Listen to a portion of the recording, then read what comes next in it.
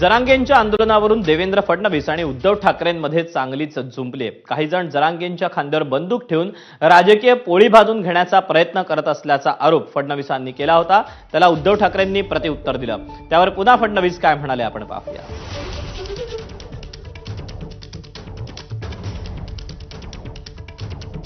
आतापर्यंत त्यांना खूप वेळेला फसवण्यात आलं.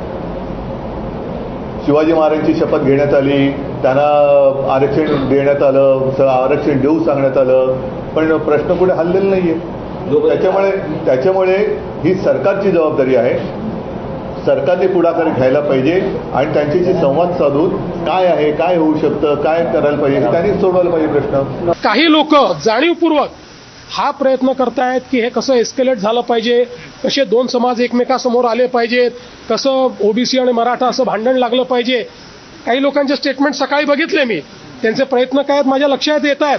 पण त्यांना मी सांगतो, अशा प्रकारे आंदोलनावर पोळी भाजण्याचा प्रयत्न करू नका, तुमचं तोंड भाजेल.